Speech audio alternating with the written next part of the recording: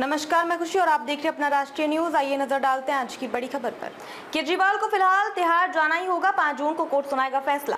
दिल्ली के मुख्यमंत्री अरविंद केजरीवाल की अंतरिम जमानत की मांग पर राउस एवेन्यू कोर्ट में सुनवाई पूरी हो गई है। फिलहाल केजरीवाल को कल सरेंडर करना होगा। कोर्ट 5 जून को अंतरिम जमानत पर फैसला सुनाएगी। ईडी ने अरविंद केजरीवाल का थोड़ी देर पहले का वीडियो कोर्ट को दिखाया। इस वीडियो में केजरीवाल खरगे के घर पर बैठक के लिए जा रहे थे। बता दें कि खराब सेहत और मेडिकल टेस्ट का हवाला देते हुए केजरीवाल ने 7 दिनों की अंतरिम जमानत मांगी। एसडी तुषार मेहता ने कहा कि शुक्रवार को सीएम अरविंद केजरीवाल ने प्रेस कॉन्फ्रेंस कर कहा कि वो 2 जून को 3 बजे सरेंडर कर रहे हैं। ये कानूनी प्रक्रिया का दुरुपयोग है, हम आपत्ति दर्ज करवाते हैं। प्रवर्तन निदेशालय की ओर से कोर्ट में कहा गया कि दिल्ली के मुख्यमंत्री ने शुक्रवार को संवाददाता सम्मेलन में भ्रामक दावा किया कि वह 2 जून को खुद ही आत्मसमर्पण कर देंगे। इस पर केजरीवाल के वकील एन हरिहरन ने कहा कि उन्हें इस बयान की जानकारी नहीं है। अतिरिक्त सॉलिसिटर जनरल यानी एएसजी एसवी राजू ने कहा कि जब सुप्रीम कोर्ट ने इस मामले में विस्तृत आदेश पहले ही दे रखा है तो आखिर कोर्ट को मिसलीड करने का क्या जरूरत है। कोर्ट के समक्ष वो अपने तथ्यों को क्यों छुपा रहे हैं। एसजी राजू ने बहस की शुरुआत की और कहा ये अंतरिम जमानत केवल चुनाव प्रचार के लिए थी, उन्हें 2 जून को सरेंडर करना है। सुप्रीम कोर्ट ने अपने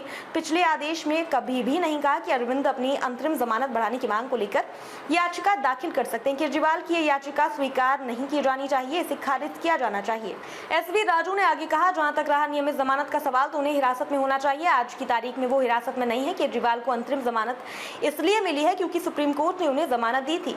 वह यहां सुप्रीम कोर्ट के आदेश के एक्सटेंशन की मांग कर रहे हैं। केजरीवाल को अंतरिम जमानत राउस एवेन्यू कोर्ट से नहीं मिली, वो सुप्रीम कोर्ट से मिली है।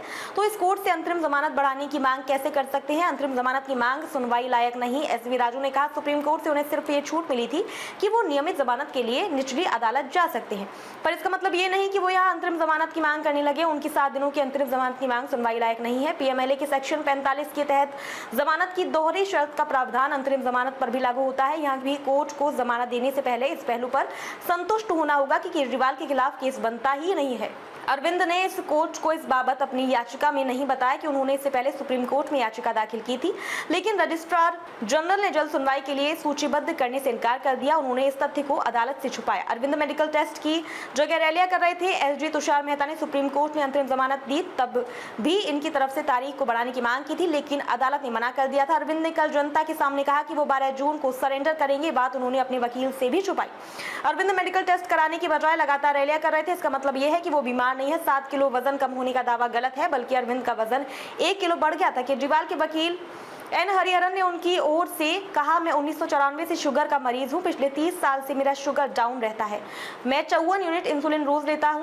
मेरा स्वास्थ्य सही नहीं है। अपने स्वास्थ्य का इलाज कराना मेरा अधिकार है। सारी रिपोर्ट हमने कोर्ट के समक्ष रखी है। आर्टिकल 21 मुझे जीने का अधिकार देता है। मेरा मेडिकल कंडीशन सही नहीं है। ऐसे में ईडी का कहना है मेरी याचिका सुनवाई योग्य नहीं है, गलत है।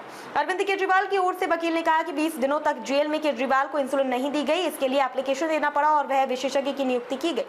विशेषज्ञ के सहमत होने के बाद ही इंसुलिन दी गई। एएसडी ने कहा कि अरविंद देश के अलग अलग हिस्सों में प्रचार कर रहे हैं।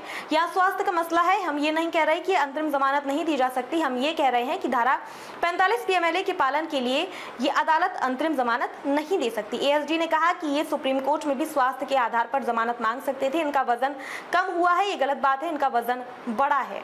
अब तक के लिए बस इतना ही। फिर होगी आपसे मुलाकात ऐसी एक और खबर के साथ। अब तक के लिए नमस्कार और देखते रहिए अपना राष्ट्रीय न्यूज।